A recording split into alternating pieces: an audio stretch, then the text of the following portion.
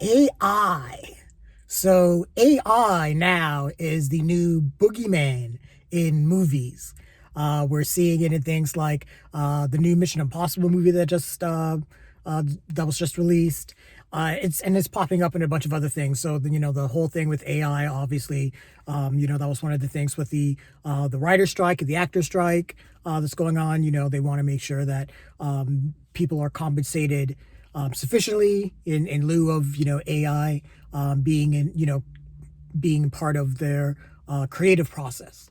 But now we have a movie that I just got out of, The Creator, where AI and AI robots are basically kind of the main crux of the story. So this stars John David Washington, Denzel Washington's son, uh, Gemma Chan, Allison Janney, Ken Watanabe, and I hope I get her name right, Madeline Una Voiles.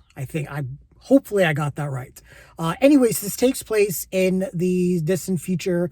I want to say it's like 2070 or so, and mankind is embroiled in a war with artificial intelligent robots. What happened was there was a nuclear bomb that was detonated on Los Angeles, and that sparked the war between mankind and the robots.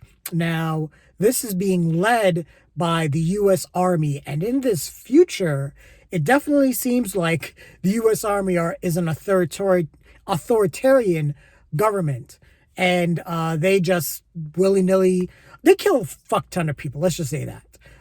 And they invade, I think, is New Asia. That's what it's called. And I think New Asia is housing the remains of the artificial intelligent robots. And they have a kind of I guess, a peace treaty with them. And really what the AI robots wants to do is live peacefully among the humans. And that's one of the things that Gareth Edwards, the director, the person who came up with the story and also co-wrote, does a really good job of making the audience empathize with the AI robots and the AI technology. Now, to get to the main plot of the story, John David Washington is tasked with finding the creator of this AI intelligence and destroy it.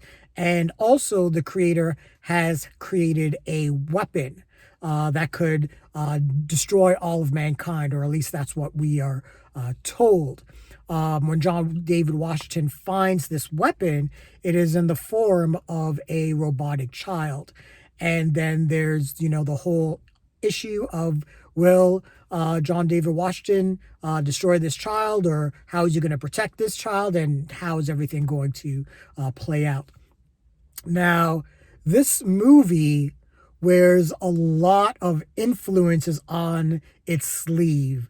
You're going to see homages to District 9, Aliens, Blade Runner, Children of Men, Westworld from HBO, Avatar, AI, artificial intelligence, Alita, Battle Angel, and with a dash of Terrence Malick for some of the other, snobbier people out there.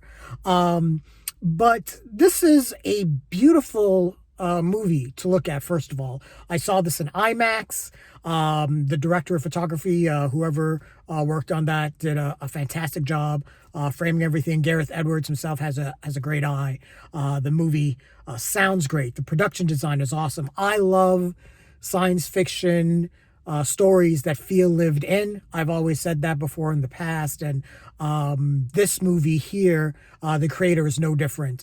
The AI robots feel like they've been around for a while. This world feels like that it's been touched by the AI population. You can really feel how they've integrated with human society, and it feels real. It feels tangible. this feels like something that could happen down the line. And I do like, again, as well, the technology that is used. It doesn't feel too far-fetched. For example, John David Washington is talking to someone on, or looking at something through a phone, but it's basically an iPhone, but it looks more like a card, which I could kind of see iPhones getting thinner.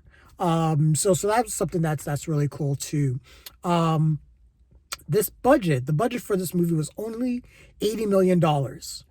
And that's something that a lot of people need to think about. 80 million is still a lot of money, but relative to some of the other big blockbusters out there that are spending 250 million dollars plus advertising and marketing costs, the creator is a lesson in terms of how you can maximize your budget and your special effects, because they look incredible. Like I said, this movie looks awesome.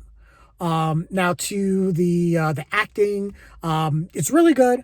John David Washington, he's getting better. He's not like my favorite actor in the world. It's not. I don't think it's him. I think it's just he just hasn't found his groove yet.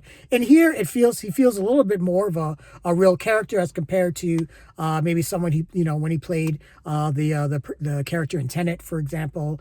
He was like more of a blank slate, but here he feels more like a real person, and that definitely helps. With him, the relationship between him and I think he calls her Alfie, and that's played by Madeline Univoyles. And their chemistry is really good. They have some decent banter. It's not all the way witty, but it's definitely there. You definitely feel that John David Washington does care for this robotic child. And obviously he goes on the run. Allison Janney is the big military general that's been assigned to wipe out the AI, and she's on hot on his tail as well. But this movie, I think it was maybe about 10 minutes too long. It probably could have cut out about 10 minutes. I think the second act dragged a little bit. But there's also a plot line where John David Washington and Gemma Chan, it was his wife, and she disappeared. And one of the hooks that he's given to find this weapon and the creator is John David Washington is told by Allison Janney that he would be reunited with his wife. So that's another subplot that's there as well. But yeah, the movie was pretty good. I would say, the ambition was there. You could definitely tell Gareth Edwards has a vision of scope. He has a great eye.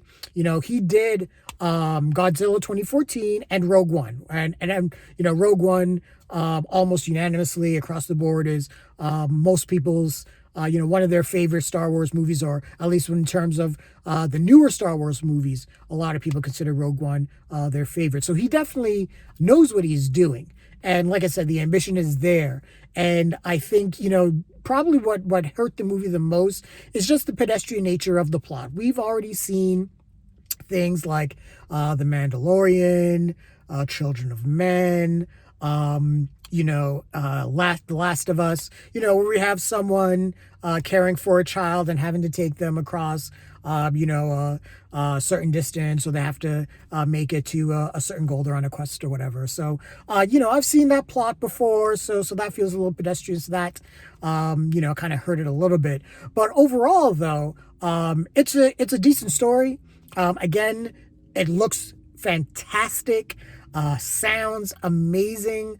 I definitely would, if you can afford to see it in IMAX, and I mean, I understand theater prices are ridiculous, but if you can afford to see it in IMAX, see it in IMAX.